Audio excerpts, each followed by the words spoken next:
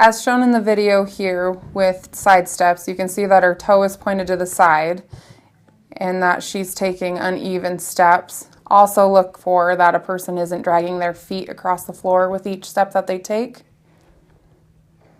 Now being shown is proper mechanics of sidestepping. You can see the slight bend in the knees, clearing the floor, and nice even steps to the side.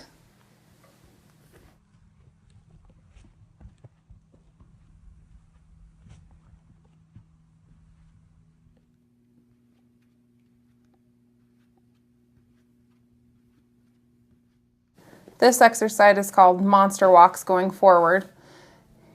Similar things with sidestepping. You want to make sure that toes are pointed forward, they aren't dragging their feet with each step, and that they do it in a nice and controlled fashion.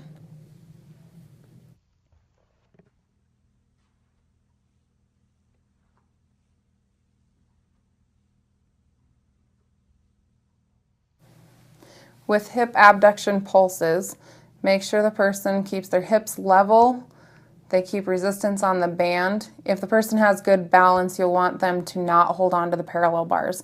If they have poor balance, let them touch with one hand.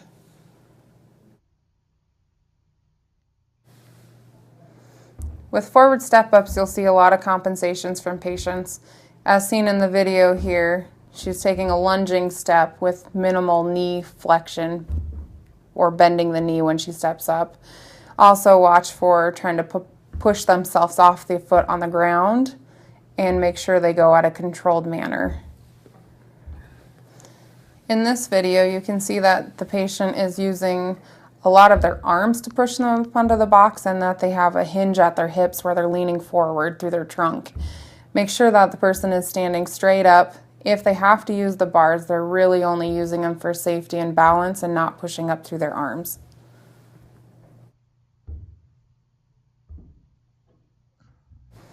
This video shows proper mechanics with performing a forward step up. You can see that she pushes up through her heel, her knee stays right over her foot. She's only barely contacting the bars for just a little balance and then coming slowly back down.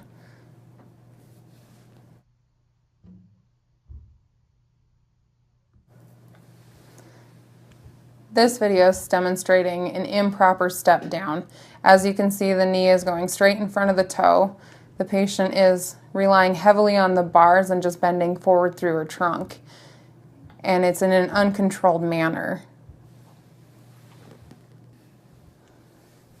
In a proper step down, you should see that the knee stays right over the foot. She's relying more of her body weight through her heel.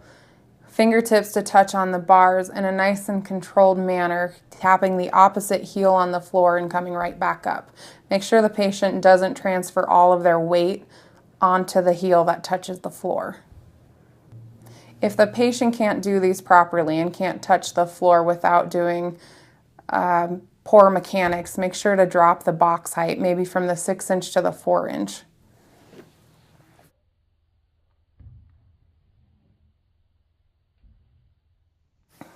With hip extension with the resistance bands on the parallel bars, it's easy for people to have poor mechanics. Here you'll see that the band is rolling up and down the leg and falling off of her foot.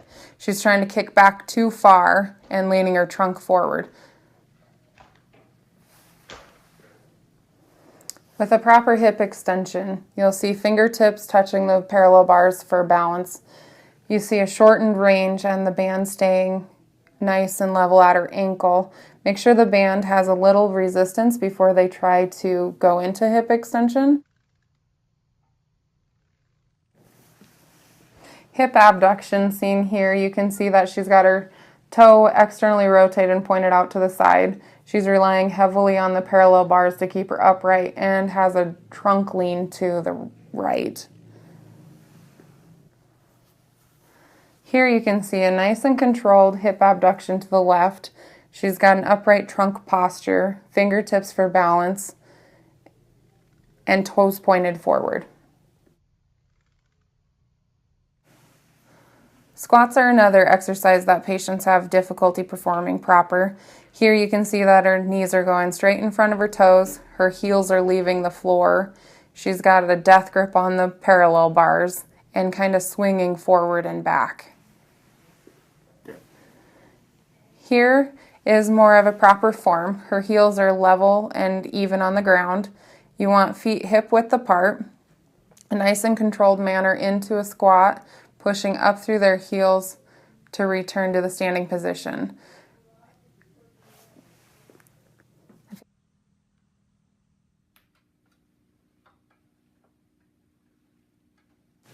Terminal knee extension, pictured here.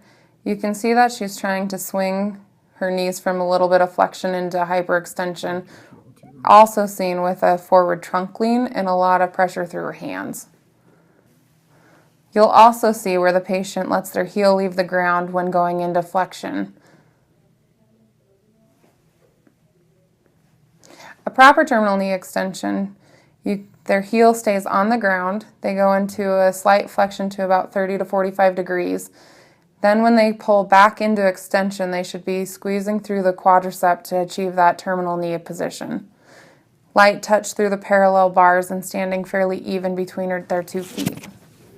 Interior wall reaches are another form of a single leg squat.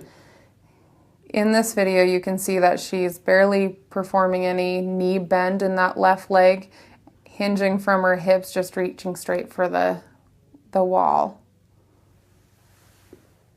A proper wall reach, pictured in this video, you can see that her foot remains flat on the ground.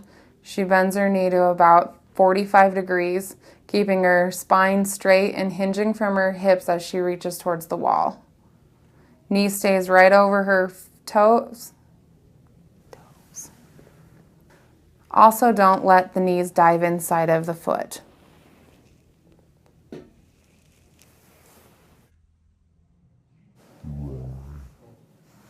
Shoulder external rotation. In this video, you can see she's turning with her body, not controlling the return in, and not keeping resistance on the band. You'll also find that people have a hard time keeping their elbow by their body.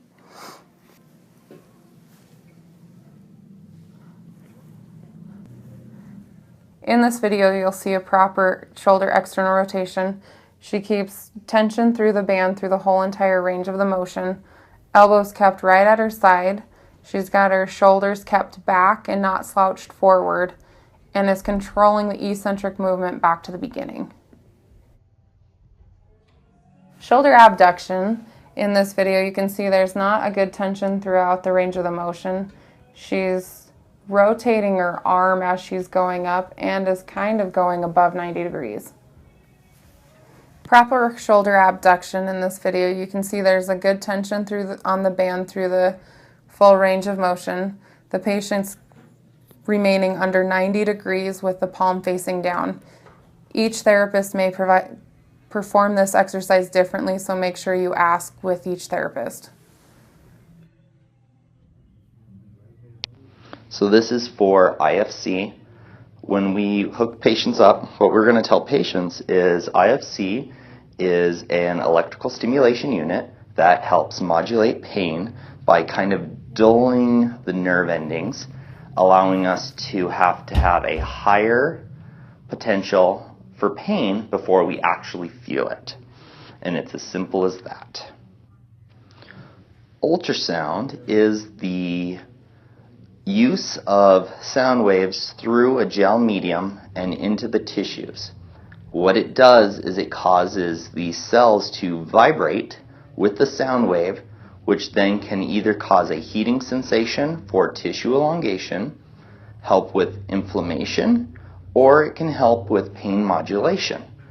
This is the very simple way that we can state to our patients on ultrasound's use.